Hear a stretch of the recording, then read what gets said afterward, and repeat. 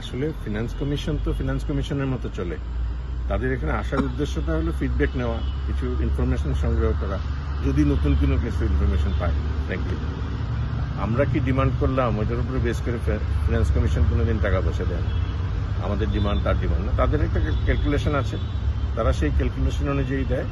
আমাদের বেসিক কাজটা হলো কোন কোন সেক্টরে আমাদের মনে হয় যে একটু তাদের নজর দেওয়া উচিত, এগুলি মেনশন করা। কত টাকা দেবে, কি দেবে, 200 টাকা দেওয়া, 500 টাকা দেওয়া, এগুলি আসলে কোনো ভ্যালু নেই। তাদের ক্যালকুলেশন আলাদা থাকেই, তাদের একটা মেথড আছে কিভাবে ক্যালকুলেট করে এটা লেট ডাউন, তারাও এটা থেকে বেশি বেরোতে পারে না। কিন্তু ইনফরমেশন ডেটা কালেকশন করে আসে মেইনলি, আর একটা কমিউনিকেট করে এই জন্য যদি কোথাও কিছু ইনফরমেশন পাওয়া যায়, that is the basic thing. তো আমাদের তরফ থেকে আমরা যেমন একটা জিনিস এখানে ভালো, যে প্রত্যেকটা পলিটিক্যাল পার্টি ত্রিপুরার জন্য টাকা চায়। কমিউনিস্ট যেভাবে চায়, বিজেপিও চায়, কংগ্রেসও চায়, সবাই, আইপিএফটি, ত্রিপুরা মাতা সবাই চায় ত্রিপুরার জন্য আর টাকা আসুক, ত্রিপুরা একটু উন্নতি হোক।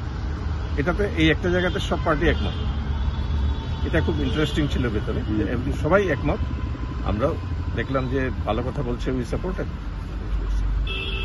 বেসিক্যালি এদের এটা কি যে আমাদের এখানে কোন কোন ইস্যুতে জোর দেওয়া উচিত, যেমন ডিজাস্টার ম্যানেজমেন্ট, আইপিএফটিও বলল আমাদের এখানে ডিজাস্টার ম্যানেজমেন্ট খুব স্ট্রং না। এটার কারণ পিকুলিয়ার, কারণ ওইরকম ডিজাস্টার হয়নি বহু বছর, এই জন্য কেউ টের পায়নি। কিন্তু এই অগাস্ট মাসের ফ্লাডে আমরা টের পেলাম যে আমরা we are weak in this.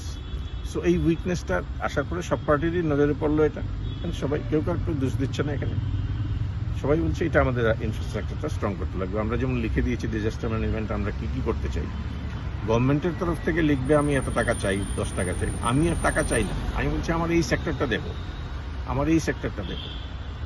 Basically এটাই ছিল ডিসকাশন, যে প্রত্যেকটা পলিটিক্যাল পার্টি তাদের যেটা মনে হয় ইম্পর্টেন্ট সেক্টরের দিকে নজর দেওয়া উচিত, তারা ওই সেক্টরটার কথা বলেছে। আমরা লিখে আমাদের মেমোরান্ডাম দিয়েছি, তারা হয়তো এখানে পড়বে না, হয়তো অফিসে গিয়ে এগুলি ফাইলে ঢুকলে কেউ না কেউ পড়লে দেখবে। কিন্তু ফিনান্স কমিশনের যেটা বাইন্ডিং আছে, তারা এটা থেকে জট করে আমি চাইলে 100 কোটি টাকা দিয়ে দিলে একটু দেওয়ার ক্ষমতাও তাদের নেই, তারা করেও নাই ক্ষমতা। এটা একটা মেথড আছে কত। একজন শুধু ওই মেথড চেঞ্জের কথা বলছিল, আমি বলেছিলাম আমার প্রেজেন্টেশনটা একটু অন্যরকম ছিল, কারণ আমি বলেছিলাম আমাদের হিস্ট্রি জিওগ্রাফি আলাদা, এই জন্য ডোন্ট কনসিডার এই 70 বছরের গ্রোথ আসলে ত্রিপুরাতে হয়নি। 70 বছর ত্রিপুরাতে গ্রোথ হয়েছে 10 বছর। এটা পলিটিক্যাল পার্টির জন্য না, বিকজ ইনফ্রাস্ট্রাকচার ত্রিপুরায় 10 বছর আগে শুরু হলো। ত্রিপুরায় প্রপার রাস্তা, প্রপার ট্রেন, এটা 10 বছর আগে। এর আগে রাস্তা কই? রমনগর যেতে 10 ঘন্টা লাগতো, এখন 3 ঘন্টা লাগে। আগামী বছর এটা 2.5 ঘন্টা ধর্মনগর যাওয়া যাবে।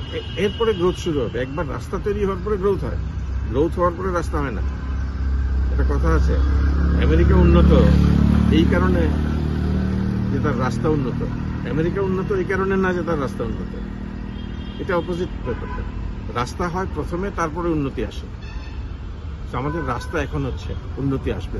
এবং এই সময় আমাদের ফান্ডিং দরকার। যখন আমাদের উন্নতি আসছে, তখন আমাদের ছেলেমেয়েরা সরকারি চাকরির বাইরেও চিন্তা করতে শুরু করেছে, এখন আমাদের ফান্ড লাগবে। That is